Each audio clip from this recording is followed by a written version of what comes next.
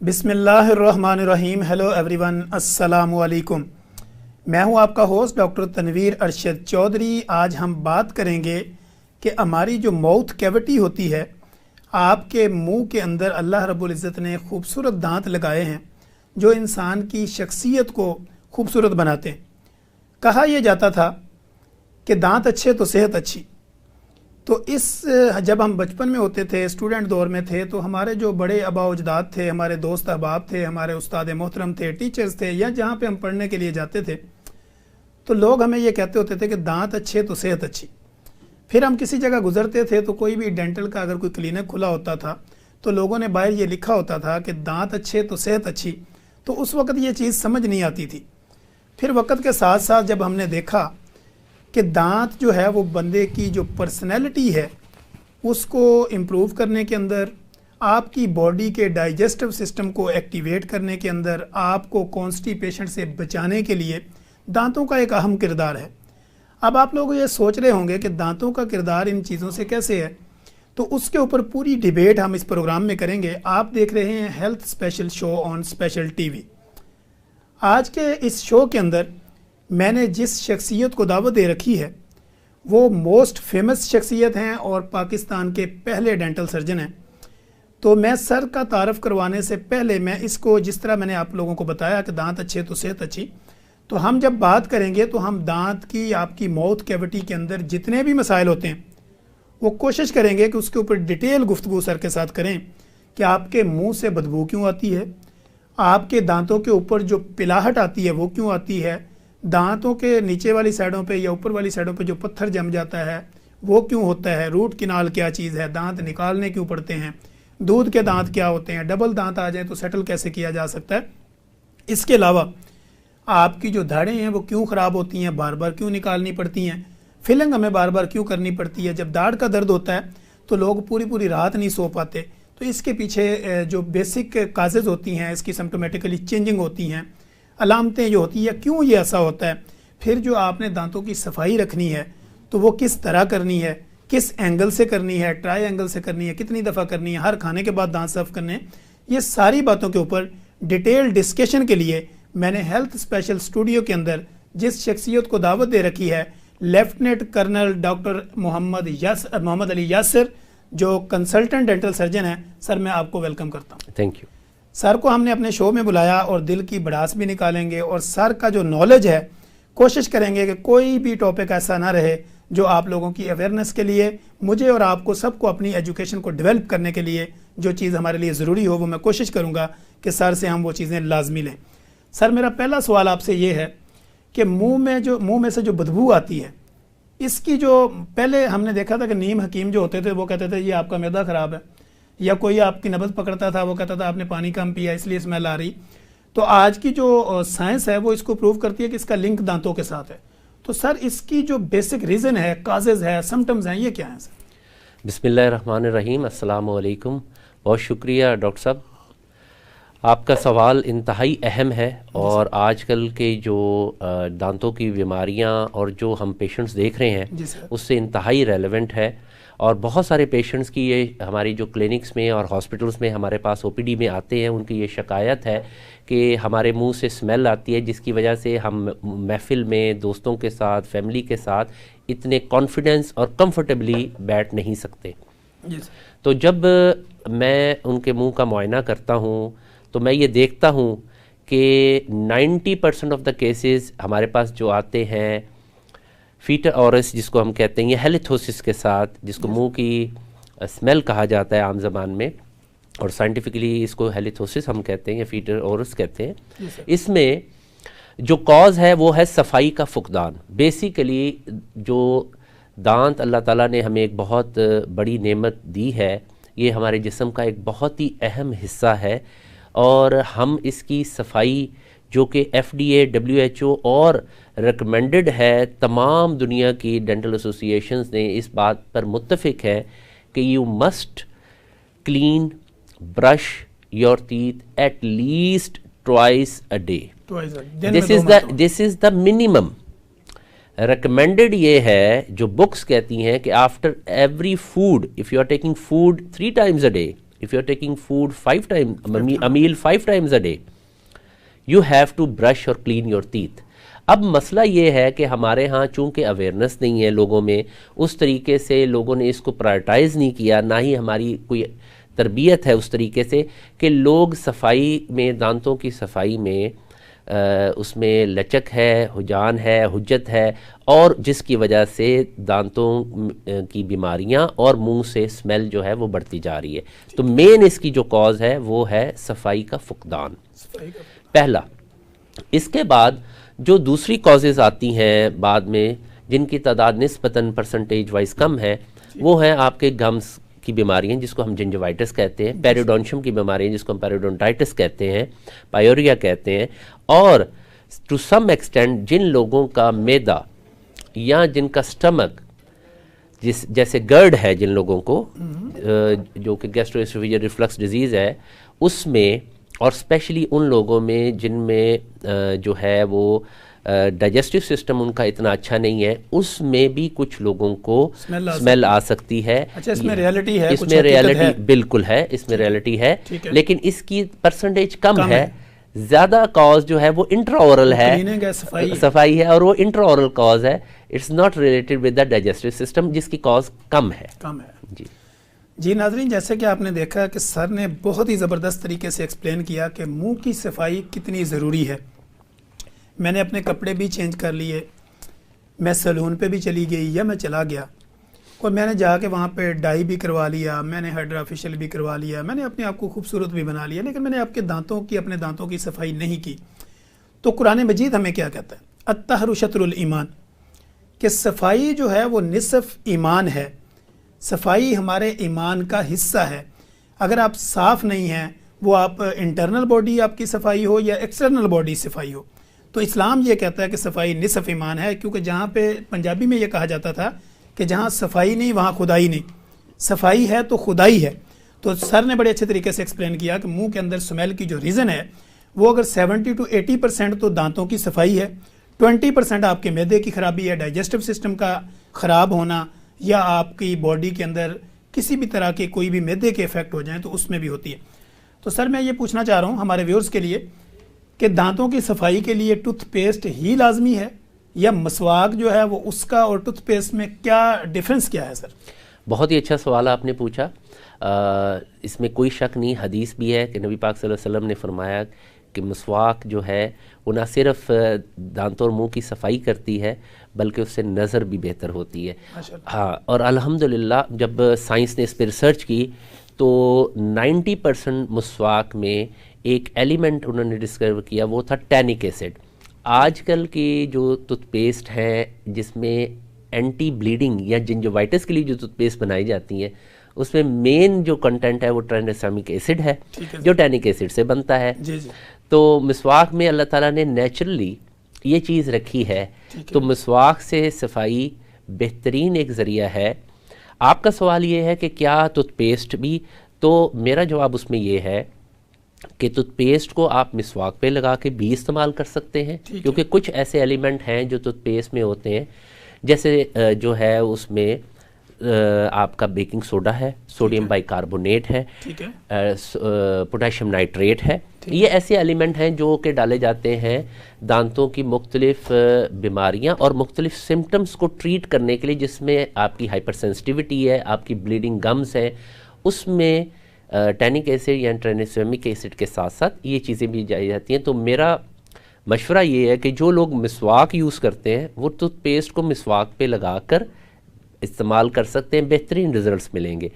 अब जो इस सवाल का ज़ैली हिस्सा है वो ये है कि क्या ब्रश या मिसवाक से मुकम्मल दांतों की सफाई मुमकिन है या नहीं है, क्योंकि जो हमारे पोस्टीरियर टीथ हैं, जो मोलर्स हैं, उनकी कुछ ऐसी सर्फेसिस हैं जहाँ तक एक मिसवाक जो कि एक स्ट्रेट फॉर्म में होती है उसका कई दफ़ा पूरी तरह वहाँ पर पहुँचना मुमकिन नहीं है, या उसकी वो एफिकेसी नहीं है सफाई करने में। उसके लिए हमारे पास ब्रशेज़ हैं कॉन्ट्रैंगल, उसमें हमारे पास उसके अंदर जो ब्रिस्टल्स लगे हुए हैं उनकी शेप, उनकी टेक्सचर प्लस उनके अंदर एक ऐसे फाइबर्स को उन्होंने क्रिस क्रॉस अरेंजमेंट के साथ रखा हुआ है जो कि मुख्तलिफ दांतों की स्पेशली पोस्टीरियर मोलर्स की पोस्टीरियर और एंटीरियर और मिडल सर्फेसिस को वो अच्छे तरीके से क्लीन कर सकते हैं। ठीक हो जी। नाज़रीन, सर ने मसवाक और जो आप टूथब्रश का इस्तेमाल करते हैं, पेस्ट का इस्तेमाल करते हैं, चूँकि यहाँ पे ना हमारे यहाँ कई मिथ बन चुकी होती हैं, कई मिसकॉन्सेप्शंस होती हैं जो लोग एक दूसरे से सुनते हैं, उसको बेस्ड ऑन साइंस नहीं देखते कि ये हमारी बॉडी के लिए ठीक है या नहीं ठीक है। तो मैंने ये कोशिश की है कि सर से उन सारी चीज़ों को प्रॉपर एक्सप्लेन किया जाए। जैसे कि हमने देखा हमारे जितने भी मजहबी भाई होते हैं, चूँकि हम समेत, तो वो ज़्यादातर फोकस ये करते हैं कि मसवाक करनी है। अब मसवाक का उनको एंगल का नहीं पता, किस एंगल से करनी है, किस तरह करनी है और मुंह की सफाई कैसे करवानी है। हजूर सल्लल्लाहु अलैहि वसल्लम की सुन्नत ये ज़रूर है कि आप मसवाक करें, लेकिन पीछे अगर आप उसका फोकस देखें या उसके ऊपर आप देखें कि वो उसकी रीज़न क्या है या किस लिए कहा गया, तो वो है आपके मुंह की सफाई, आपके दांतों की सफाई, आपके गम्स की सफाई। वो सफाई अगर बेस्ड ऑन साइंस अच्छे तरीके से की जा सकती है तो आप अपने दांतों की हिफाजत कर सकते हैं और आने वाली कॉम्प्लिकेशन से अपने आप को बचा सकते हैं। अब मेरा सर से अगला सवाल ये होगा कि सर पिलाहट दांतों पे आ जाती है लोगों के, जो कि अमूमन है।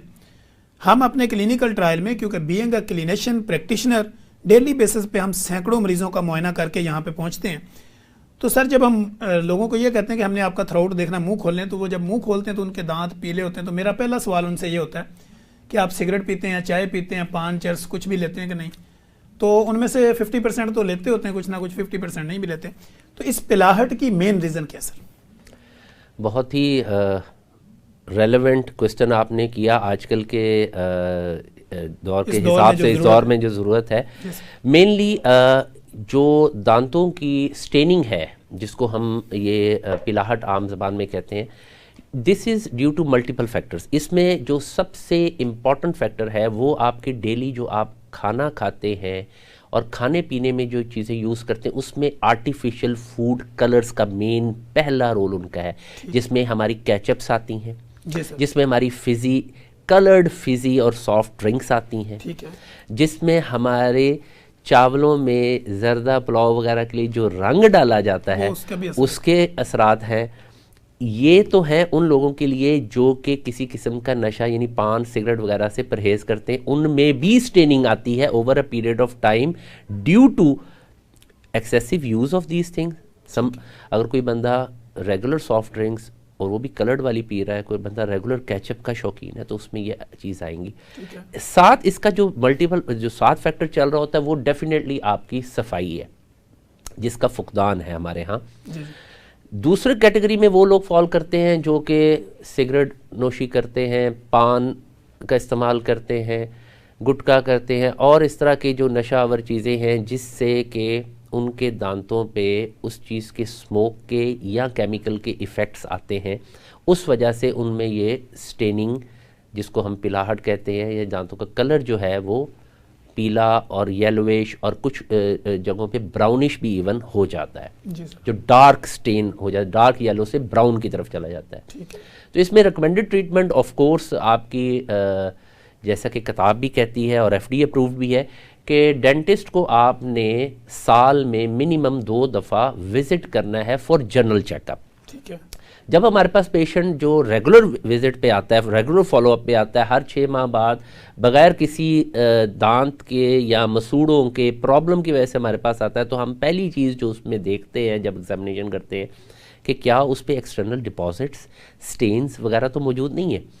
अब कुछ लोगों में स्टेन्स के साथ साथ एक और चीज़ जिसको हम प्लाक कहते हैं, कैलकुलस कहते हैं, टार्टर कहते हैं, वो डिपॉजिट्स भी हो जाते हैं। तो ऐसे पेशेंट्स के लिए रिकमेंडेड ये है कि वो अपना एक तो रेगुलर मुआयना करवाएं डेंटल सर्जन से, साल में मिनिमम 2 दफ़ा, और साल में मिनिमम 1 दफ़ा अपने दांतों की स्केलिंग और पॉलिशिंग ज़रूर करवाएं। जी नाज़रीन, बड़े ही मज़े की गुफ्तगू हो रही है और सर के साथ मुझे ये आज की टॉक करने का इंतहाई मज़ा आ रहा है, क्योंकि आप लोगों के जहनों के अंदर उठने वाले सवालात की मैं अक्कासी करने की कोशिश कर रहा हूँ। कहीं ना कहीं मत जाइएगा, हमारे साथ रहिएगा। यहाँ पे हम लेते हैं एक ब्रेक के बाद सर के साथ दोबारा बात का आगाज़ करेंगे।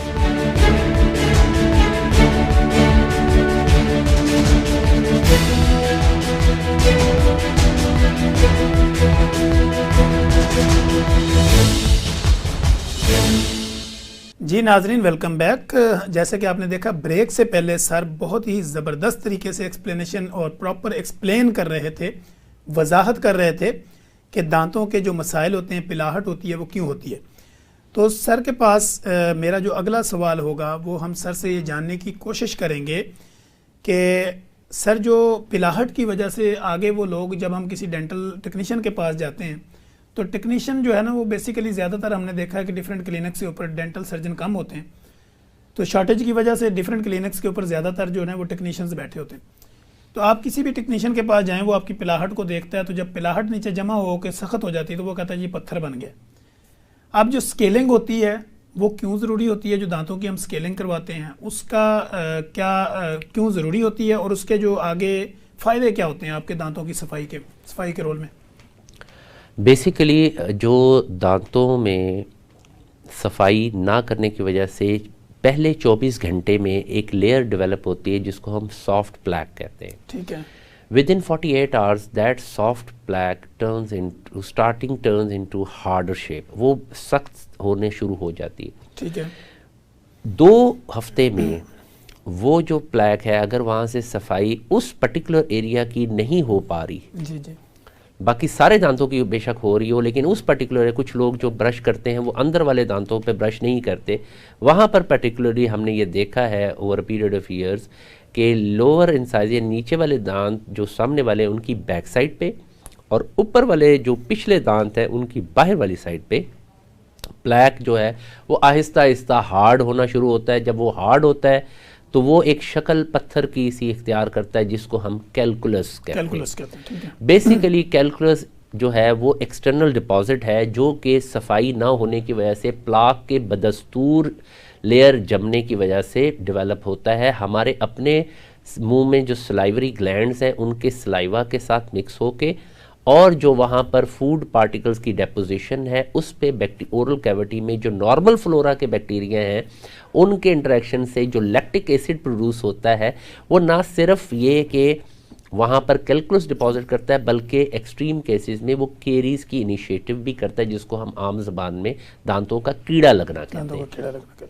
अब आपने पूछा कि इसकी सफाई क्यों ज़रूरी। इसकी सफाई इसलिए इंतहाई ज़रूरी है कि जब कैलकुलस डिपॉजिट मज़ीद सख्त होकर टार्टर की शेप इख्तियार कर लेता है तो वो आपके मसूड़े को और दांतों का जो सपोर्टिंग स्ट्रक्चर है जिसको हम पेरियोडोंशियम कहते हैं, ठीक है, जिसमें मुख्तलिफ फाइबर्स जो हैं जो हमारे, उन्होंने दांतों को हड्डी के साथ एक जो है वो जंक्शन बना के उसको जोड़ा हुआ है, और उसके ऊपर हमारा गम जो है वो मार्जिन है।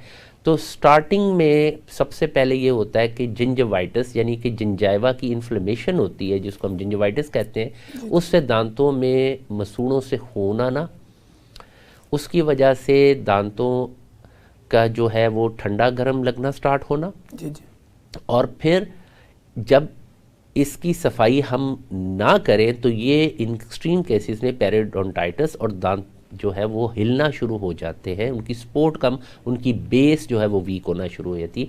इसलिए इनकी सफाई इंतहाई ज़रूरी है, और हम पहले स्टेप पे पेशेंट को यही एडवाइस करते हैं कि आप अपने दांतों की सफाई फौरी तौर पे करवाएं।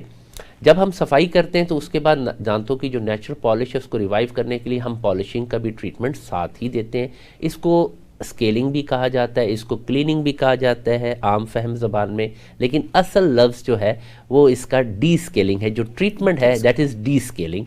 स्केलिंग ये है कि वहाँ पर डेपोजिशन हो रही है और जो डेंटिस्ट है वो डी स्केलिंग करके उसको रिमूव कर रहा है, और ये इंतहाई ज़रूरी है दांतों की सेहत के, मसूड़ों की सेहत के हवाले से। ठीक हो गया। नाजरीन, सर ने बहुत ही ज़बरदस्त तरीके से एक्सप्लेन किया, जो आपके दांतों में एक कीड़ा लगता है, पिलाहट होती है या पत्थर बन जाता है, तो उसको कैसे ट्रीट किया जा सकता है। तो सर के पास मैं ये पूछूंगा, क्योंकि हमारी जो इस वक्त पॉपुलेशन है वो तकरीबन अगर देखा जाए तो वो 60% ओबीज़ हैं, मोटापे का शिकार हैं, और वो 60% पॉपुलेशन जो है वो डायबिटीज़ भी है या वो प्री डायबिटिक में है। तो सर, शुगर वाले जो मरीज़ होते हैं इनके दांतों की सेंसिटिविटी क्यों ज़्यादा बढ़ जाती है, और इनके दांतों के मसाइल ज़्यादा क्यों होते हैं?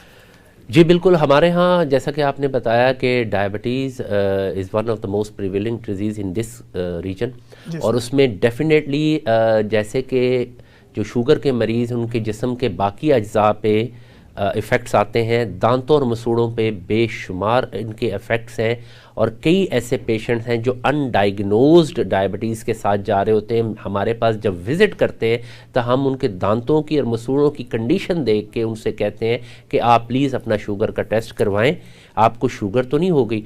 तो उनमें से अक्सर ये कहते हैं कि नहीं मुझे तो शुगर नहीं है, और जब वो टेस्ट करवाते हैं तो 50% ऑफ द केसेस में या वो प्री डायबिटिक्स होते हैं या वो डायबिटिक हो चुके होते हैं, जिसकी वजह से जैसा कि आपने कहा कि दांतों पे और मसूड़ों पे उनके इफ़ेक्ट्स ये आते हैं कि मसूड़े अपनी जगह छोड़ना शुरू कर देते हैं, मसूड़े जो हैं वो दांतों से नीचे जाना शुरू कर देते हैं, उनकी रूट्स एक्सपोज होना शुरू हो जाती हैं, जिसके ऊपर दांतों पे ठंडा, गर्म और मीठा तीनों सेंसिटिविटी जो है वो बढ़ जाती है। और पेशेंट जब हमारे पास आता है तो उसकी चीफ कंप्लेंट ये होती है कि डॉक्टर साहब ना मैं ठंडा पानी पी सकता हूँ, ना मैं गर्म चाय पी सकता हूँ, मीठी खजूर नहीं खा सकता, डॉक्टर साहब मेरे जो है वो मसूड़ों से खून आता है, डॉक्टर साहब ये मेरे दांत लंबे हो गए हैं। बेसिकली वो दांत लंबे नहीं हुए होते, जो मसूड़ा दांत के ऊपर रूट को कवर कर रहा होता है वो मसूड़ा पीछे चला जाता है, जिसकी वजह से उनके अपने दांत उनको लंबे नजर आते हैं और क्लिनिकली वो लंबे हो भी जाते हैं ड्यू टू द इफेक्ट के जो उनकी कवरिंग जिंजाइवा है दैट हैज रिसीडेड, वो रिसीड कर जाता है।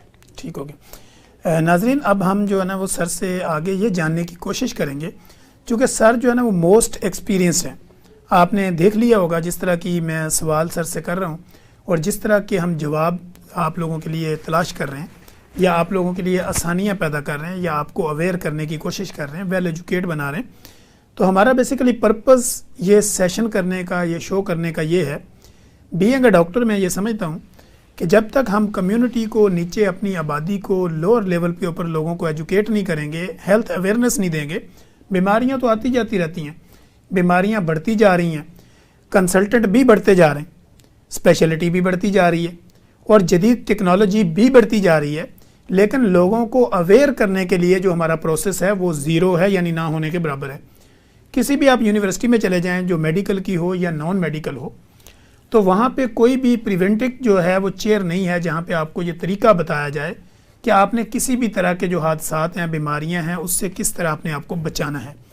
तो हमने इस प्लेटफॉर्म को जो हेल्थ स्पेशल के नाम पे स्पेशल टीवी के ऊपर हम मौजूद हैं, तो ये हमारा इनिशिएटिव सिर्फ इसलिए है कि जितने भी हमारे नाजरीन हैं, व्यूअर्स हैं, उनको हमने एजुकेट करना है ताकि उनको पता हो कि उनके दांतों का अगर कोई मसला बन गया है तो उन्होंने अपने दांतों के इस मसले को हल करने के लिए कौन सी स्पेशलिटी में जाना है, कहाँ जाके कैसे ट्रीटमेंट करवाना है। तो सर अक्सर हमने देखा है लोगों को कि लोग कहते हैं मैं खाना खा रही थी या मैं खाना खा रहा था, खाते खाते मेरा दांत कड़च हुआ और आधा दांत टूट गया।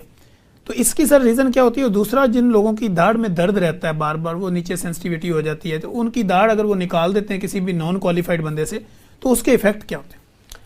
जी, पहला जो आपने सवाल किया कि दांत खाना खाते हुए या नॉर्मली भी किसी भी वजह से अचानक से फ्रैक्चर हो गया या टूट गया, उसकी मेन रीज़न है केरीज। केरीज है जिसको आम फहम ज़बान में हम कीड़ा लगना कहते हैं। ठीक है। कीड़ा लगने से दांत जो है वो कमज़ोर हो जाता है, उसमें कैविटी बनती है, हॉलो हो जाता है।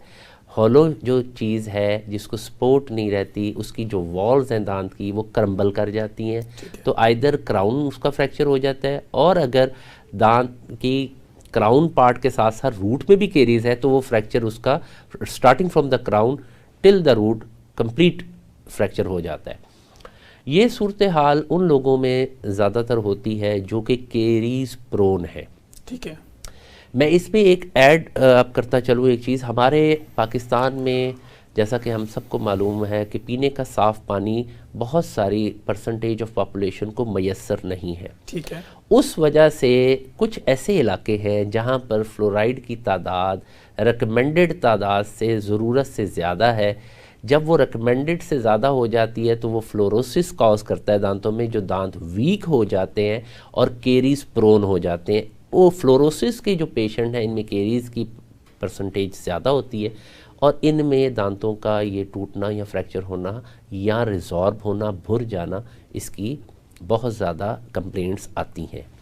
दूसरा सवाल आपने ये किया कि अगर हम नॉन क्वालिफाइड से अपने दांत का इलाज कराते हैं या दांत निकलवाते हैं, कोई भी इलाज कराते हैं, देखिए सबसे पहली चीज़ जो है वो है स्टेरिलाइजेशन, ठीक है, हाइजीन। दांतों का इलाज बेसिकली एक सर्जिकल इलाज है। उसमें सर्जिकल आपके इंस्ट्रूमेंट्स यूज़ होते हैं। वो इंस्ट्रूमेंट्स और tools they have to be cleaned and sterilized according to the specifications. ठीक है। हमारे बहुत सारे क्लिनिक्स में अनफॉर्चुनेटली प्रॉपर स्टरलाइजेशन का इंतज़ाम नहीं होता, जिसकी वजह से क्रॉस इन्फेक्शन और स्पेशली जो ट्रांसमिटेड डिजीज़ हैं थ्रू ब्लड, जिसमें हेपेटाइटिस बी, सी, HIV, ये सारी डिजीज़ आती हैं, इनका पॉपुलेशन में बढ़ना one of the major causes is unsterilized instrument use in dentistry. ठीक है। और हम इस वजह से हमारा ये प्रोफेशन नोटोरियस भी है डेंटिस्ट्री का कि इसमें ज़्यादा चांसेस हैं एक मरीज़ से दूसरे मरीज़ को क्रॉस इन्फेक्शन और ऐसी बीमारियां जिनका कोई इलाज या तो मौजूद नहीं है या उनकी वजह से मौत वाक़या हो सकती है। दांत निकलवाने के बाद जो मेन कॉम्प्लिकेशन जिसका आपने जिक्र किया अनस्टरलाइज ना होने की वजह, वो है dry socket. Dry socket basically जहाँ से दांत निकाला जाता है उस जगह पे इन्फेक्शन का बनना, प्रिवेल करना और उस वजह से वहाँ पर स्वेलिंग, इन्फ्लेमेशन, रेडनेस, पस डिस्चार्ज, पेन, ये सिम्टम्स पेशेंट्स को शुरू हो जाते हैं। और फिर जब हमारे पास बहुत सारे क्लिनिक्स में हमारे पास पेशेंट्स आते हैं जो ये आके कंप्लेन करते हैं कि डॉक्टर साहब हमने फ़लानी जगह से दांत निकलवाया था, गांव में निकलवाया था या किसी ऐसी जगह पे निकलवाया था जो कि प्रॉपर जहां पर क्वालिफाइड डेंटिस्ट नहीं था, और उस वजह से हमें जब से ये दांत निकलवाया तब से हमें ये प्रॉब्लम है, ये इन्फेक्शन है, ये पेन है। और जब हम उसको देखते हैं तो ज़ख़म ऐसा ही ताज़ा लग रहा होता है जैसे दांत आज निकाला गया है, अभी निकाला गया। तो वो ज़ख़म हील ही नहीं हो पाता, बिकॉज आप भी एज ए डॉक्टर इस चीज़ को समझते हैं कि जहाँ इन्फेक्शन होगी वहाँ वूंड हीलिंग नहीं होगी। ठीक है, बिल्कुल ऐसे ही।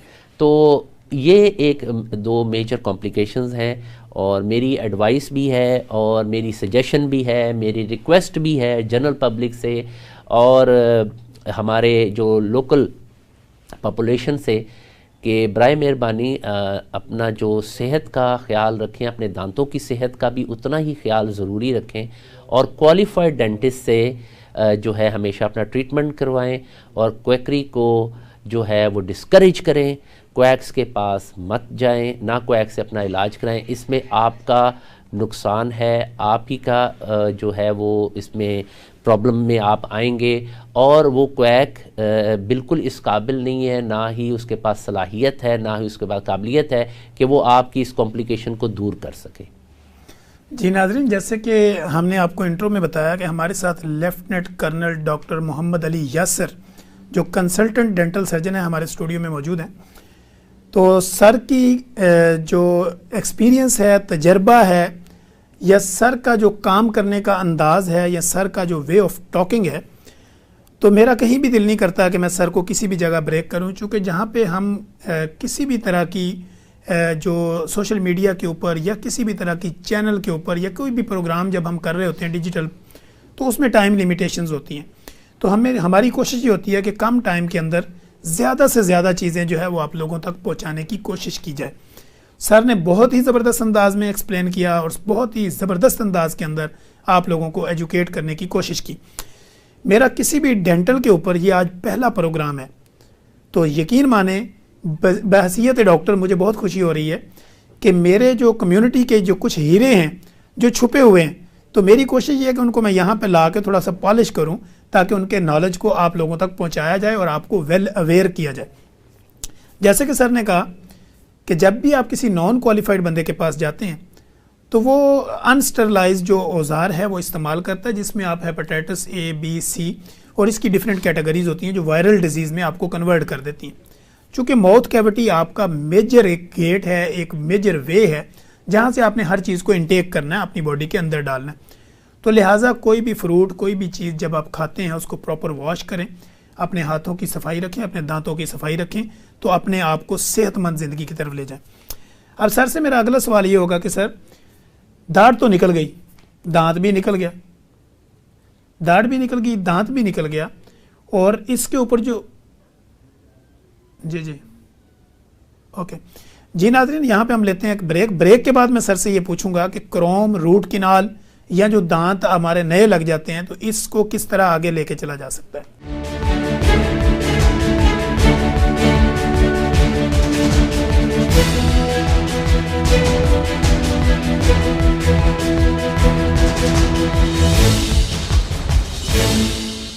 जी नाज़रीन, वेलकम बैक। जैसे कि आपने देखा कि प्रोग्राम में बहुत ही खूबसूरत डिस्कशन हो रही है और आप लोगों के लिए बड़ी ही आसानियां पैदा करने की हम कोशिश कर रहे हैं।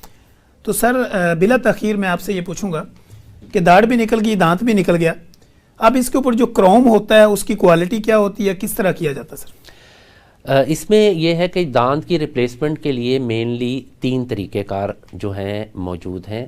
सबसे पहला तरीका जो है दांत की रिप्लेसमेंट का, वो सिंपल एक्रिलिक जो प्लास्टिक के दांत हैं जो कि ओल्ड टाइमर चल रहे हैं उसके साथ रिप्लेस किया जा सकता है। ये रिमूवेबल दांतों में आते हैं, यानी कि आप इसको लगा सकते हैं और हस्बे ज़रूरत उतार भी सकते हैं। जी ठीक।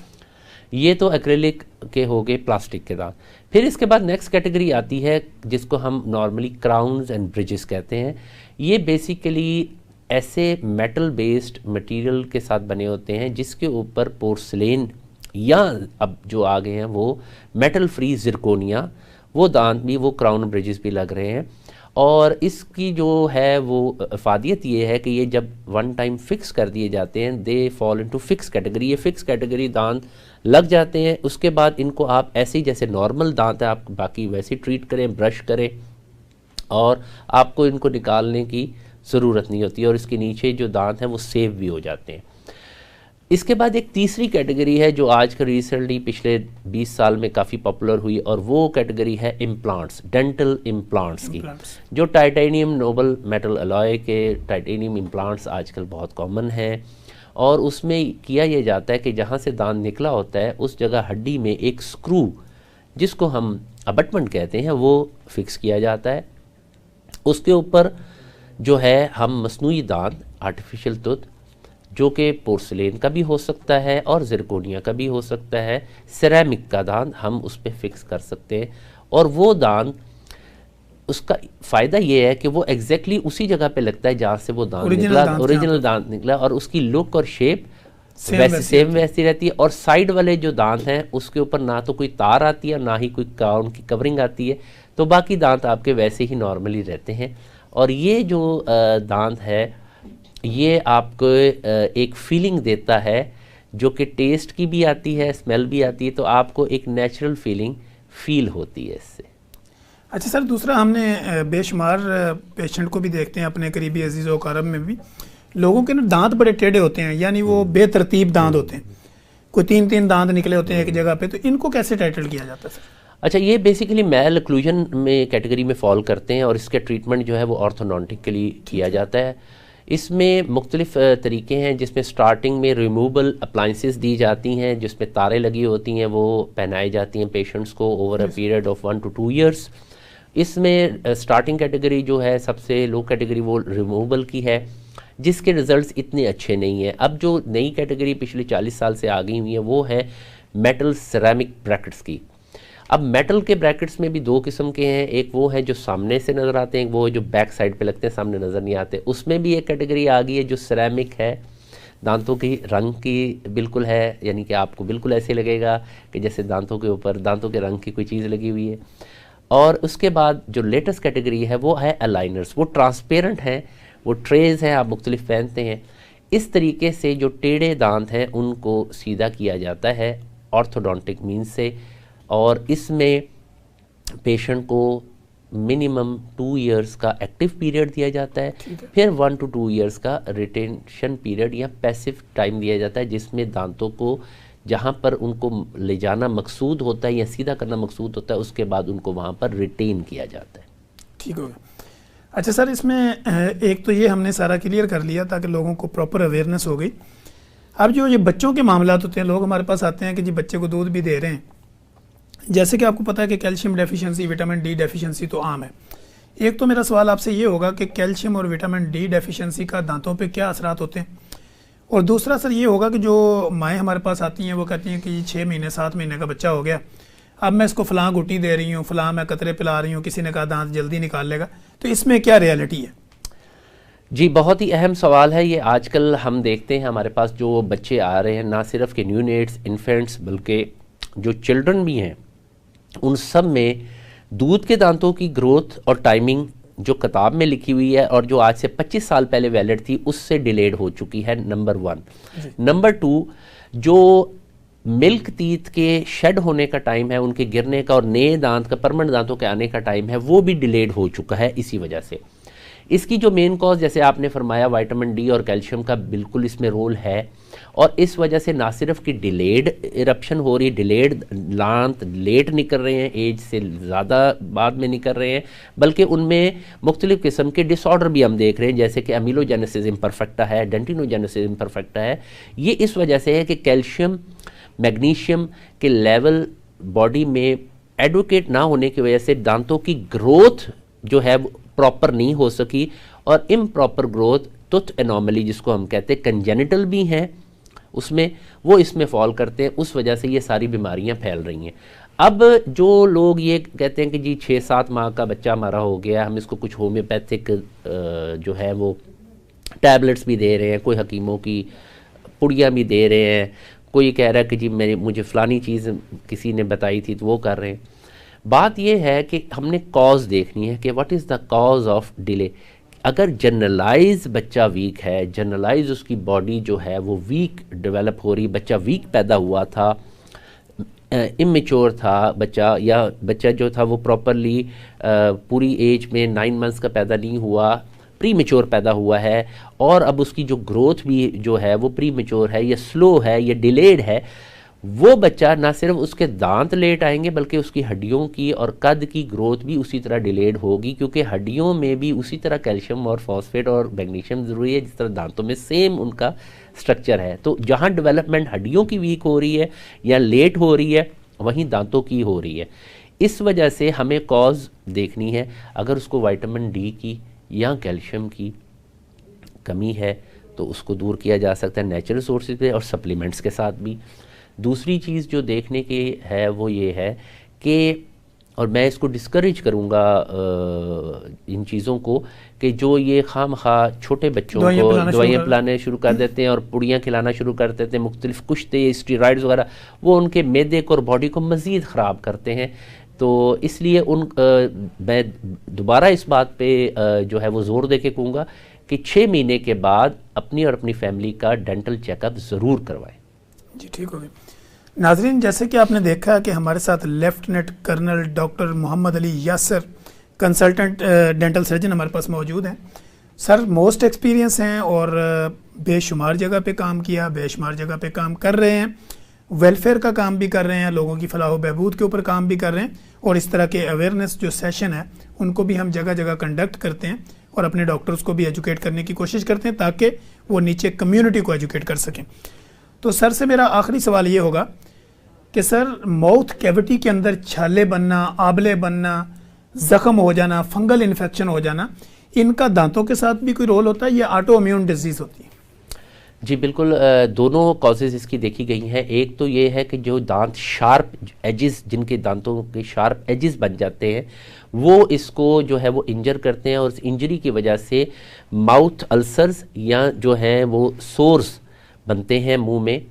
एक कॉज तो दांतों की है। दूसरी कॉज ये है कि जिन लोगों में मैदे का जो है वो बीमारी है, और मैदे में एक हिद्दत है, और गैस्ट्राइटिस है उनको बहुत शदीद, और गैस्ट्रोइसोफेजियल रिफ्लक्स है, और उनको जो है, या कुछ लोग जो हैं वो वॉमिटिंग का शिकार होते रहते हैं, उस केस में भी देखा गया है कि गले में और मुंह में छाले निकलते हैं। प्लस जो आपने बात की जैसे लाइकन प्लैनस है, ऑटोइम्यून डिजीज़ है मुख्तलिफ़ किस्म की, उस किस्म में स्ट्रीक्स बन जाती हैं गाल के अंदर वाली साइड पे, ज़बान के नीचे भी वो स्ट्रीक्स आती हैं, गाल की साइड पे, लिप्स की इनर सरफेस पे, वो डेफिनेटली ऑटोइम्यून है। और उसमें ज़्यादातर ये देखा गया है कि lichen planus is one of the very prevalent disease. Leukoplakia एक बहुत प्रिवेलेंट डिजीज़ है हमारे इस रीजन में, और इनका इलाज जो है वो डेफिनेटली फिर उस तरीके से किया जाता है। लेकिन जो जनरल माउथ सोर्स है उनको हम ट्रीट कर सकते हैं दांतों की शार्प एजेस को रिमूव करके, और मैदे में अगर गैस्ट्राइटिस है उसको ट्रीट करके। जी जैसा कि नाज़रीन आपने देखा कि हमारे पास lieutenant colonel doctor Mohammad Ali Yasir sahab dental surgeon मौजूद थे। उन्होंने बहुत ही ज़बरदस्त अंदाज के अंदर दांतों के तमाम मसाइल के ऊपर बात करने की हमने कोशिश की। जैसे कि मैंने आपको पहले कहा कि टाइम लिमिटेशंस होती हैं, जो कि प्रोग्राम्स होते हैं, स्टूडियोज़ होते हैं, तो हम इंशाल्लाह कोशिश करेंगे कि सर से जो है वो नेक्स्ट किसी प्रोग्राम में दोबारा जो बाकी चीज़ें रह गई हैं, अभी बेशुमार चीज़ें रह गई हैं, बीइंग ए डॉक्टर मैं समझता हूँ कि अभी ये प्रोग्राम कंप्लीट नहीं हुआ, तो नेक्स्ट सेशन के अंदर हम इंशाल्लाह सर के साथ जो बाकी मामला दांतों के हवाले से रह गए हैं, चूँकि आज का हमारा मौजू कंप्लीट सिर्फ दांतों के ऊपर था, तो यहाँ पे मैं छोटी सी बात एक आपको, जैसे मैंने स्टार्ट में कहा अपने इंट्रो में कि दांतों की वजह से जो आपको बेसिकली मसाइल होते हैं, तो इसमें हम अपने क्लिनिकल ट्रायल में लोगों को ये कहते हैं कि भाई दांतों का काम आंतों से मत लें। दांतों का काम है चीरना, पाड़ना, काटना, पीसना। जो भी चीज़ आप खाते हैं उसको अच्छी तरह चबाते हैं, तो चबा के खाने का जो फ़ायदा होता है वो आपकी आंतड़ियों को कम काम करना पड़ता है। इस तरह आप कॉन्स्टिपेशन या आपको खाने के दौरान पानी की ज़रूरत नहीं पड़ती। तो हम इंशाल्लाह कोशिश करेंगे कि अपने नेक्स्ट प्रोग्राम के साथ एक नए गेस्ट के साथ, एक नए सवालात के साथ दोबारा हाजिर होंगे। तब तक के लिए इजाज़त दीजिए। अल्लाह हाफिज़।